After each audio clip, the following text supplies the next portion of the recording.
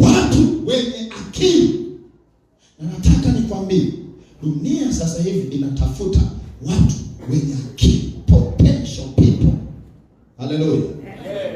Jamani, haleluya. Wewe mvivu wa kufikiria shauri yako. Maisha hayaishi kanisani.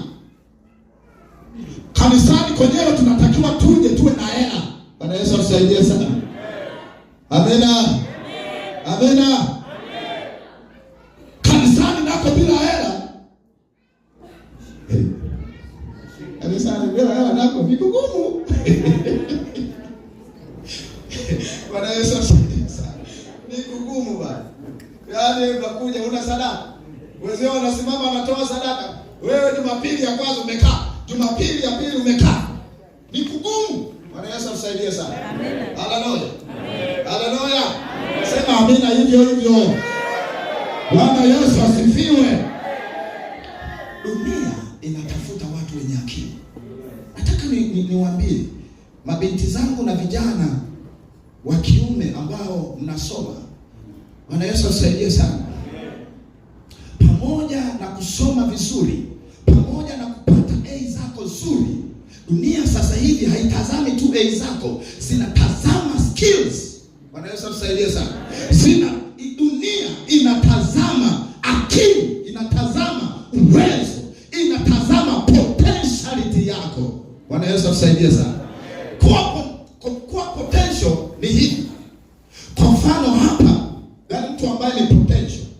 Kwa mfano, wakati wengine wanauona muhogo kama muhogo, mtu potential hauoni muhogo. Bwana Yesu atusaidie sana. Hello. Hello. Mtu mwenye akili hauoni muhogo peke yake, anaona zaidi ya nini? Ya ule muhogo. Haleluya. Mtu wa kawaida anayaona mahindi. Mtu mwenye akili hayaoni mahindi peke yake. Nakimbia Bwana Yesu atusaidie sana. Bwana Yesu atusaidie sana. Mtu mwenye akili hayaoni mahindi tu, anaona kwenye mahindi pale kuna fursa nyingi kwenye mahindi. Mtu mwenye potential, mwenye akili, mwenye IQ kubwa, Bwana Yesu atusaidie sana, anaona zaidi ya pale. Mtu wa kawaida anaona matunda, anaona machungwa tu. Yaani yeye ndio akili yake imeishia kwamba hili ni chungwa, nikitaka kulitumia nilikate, nifyoze yale maji yake yatoke. Mtu mwenye akili anaona zaidi ya tunda. Haleluya. Akiliona chungwa, akiona matunda kwenye eneo lile, anaanza kujiuliza, watu wa eneo hili wana tatizo gani ambalo ninaweza nikalitatua, na katika kulitatua tatizo hilo nipate pesa. Bwana Yesu atusaidie sana. Kwa hiyo mtu mwenye akili anaanza kuchunguza, watu wa eneo hili hawana nini hapa? Anaona hakuna mashine ya kukamua juice. Haleluya. Nyinyi mpo pale mnayaona machungwa tu, mnayaona mananasi tu.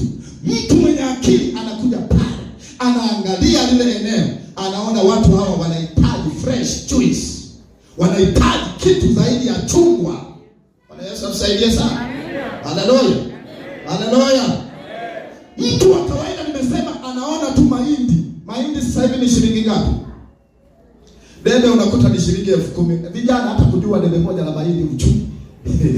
Bwana Yesu atusaidie sana. Kwa sababu kila siku chakula kiko mezani, unakaribishwa karibu, alafu unasema nataka kuoa. Acha kututania wewe. Bwana Yesu atusaidie sana. Bwana Yesu asifiwe sana.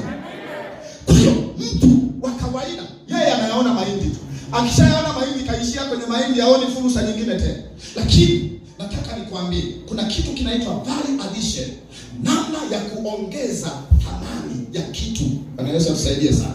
Value addition. Kwa mfano kama mahindi yanauzwa shilingi 10,000 debe, mtu mwingine anaenda kufanya nini? Anaenda kusaga, anakoboa yale mahindi. Akikoboa yale mahindi anatengeneza nini? Unga. Bwana Yesu atusaidie sana. Amen. Akishatengeneza unga, hauachi kwenye ndoo, anapima na kikombe, anatafuta kifungashio. Mtu mwenye akili ana design kifungashio. Haleluya. Anauchukua ule unga pengine kilo 5 akaweka kwenye mifuko ya kilo 5. Haleluya. Unashangaa unga ambao ni kilo 5 unauzwa pengine shilingi 10,000, wakati mahindi debe moja ndio anauzwa shilingi 10,000. Nani ana akili? Aliyetengeneza unga au aliyeuza mahindi kama mahindi? Yesu atusaidie sana. Akili inakupeleka, yani huwa inafanya kitu cha ziada. Akili ina tabia ya kukutazamisha kitu cha ziada. Bwana Yesu atusaidie sana. Akili inakuonyesha kile kitu ambacho watu wengine hawaoni. Tena wewe umeokoka na Roho Mtakatifu yuko ndani yako, akipaka mafuta kwenye akili yako, mambo makubwa yanatokea. Haleluya. Nimesema hivi, pointi yangu ya msingi inasema hivi, tangu zamani watu wenye akili waliweza kutumia akili na ujuzi waliopewa na Mungu ili kuboresha maisha yao. Amina. Amina. Bwana Yesu asifiwe sana. Value addition. Value addition. Namna ya kuongeza thamani kwenye kila kitu ambacho wewe unakiona ni cha kawaida. Nanasi moja unakuta shilingi 2,000, lakini nanasi hilo ukilichukua ukachanganya na parachichi, ukachanganya na viungo vingine vya juice, unapata juice kikombe kimoja. Sehemu nyingine wanauza mpaka shilingi 1,000. Halafu watu wanasema kazi za kufanya hazipo. Kazi zipo, wanaweza kusaidia sana, lakini watu hawataki kufanya nini? Hawataki kufanya kazi. Wanaweza kusaidia sana. Kwa hiyo inasemekana akili sasa inaaminika, naomba zikibaki dakika chache mnaniambia, inaaminika kuwa akili ndiyo karama kubwa na mtaji mkubwa wa kwanza ambao Mungu aliwapa wanadamu. Akili. Wale watu ambao tumekuwa tukitafuta, amba sina mtaji, sina mradi, nataka nikwambie akili ndio kitu cha kwanza, ndio karama ya kwanza kabisa ambayo Mungu alitupa. Bwana Yesu asifiwe sana. Haleluya. Ukiwa na akili unaweza kupata kazi mahali ambapo watu hawaoni kazi. Ukiwa na akili unaweza kuona fursa mahali ambapo watu wengine hawaoni fursa. Bwana Yesu asifiwe sana. Bwana Yesu asifiwe sana. Wangapi wana akili? Tupungiane mkono na Mungu. Sasa wengine wamepewa akili, wanazitumia kufanya mambo ya ajabu. Wanatumia akili kutengeneza mbinu za kuficha dhambi. Yaani baada ya kutumia vizuri akili yako, eti tunatumia akili kuficha dhambi. Mchungaji akikwambia wewe nasikia 1 2 3, anza kusema wewe sio mimi. Nani aliniona? Ushahidi uko wapi? Unakuwa mwanasheria. Tumia akili yako kutengeneza pesa. Bwana Yesu asifiwe sana. Haleluya. Haleluya. Pigia Yesu makofi mazuri na kigelegele. Katika Biblia iko mifano ya watu wa kwanza kutumia akili ambao ndio waanzilishi. Yaani katika Biblia wako watu wa kwanza kutumia akili. Bwana Yesu asifiwe sana. Pointi ya kwanza nasema, baada ya wanadamu wa kwanza kuhangaika kwenye kuwinda wanyama, waligundua na kuamua kwamba kufuga wanyama kungeweza kurahisisha maisha kuliko kuamka kila siku na kwenda kuwinda. Wakatumia akili.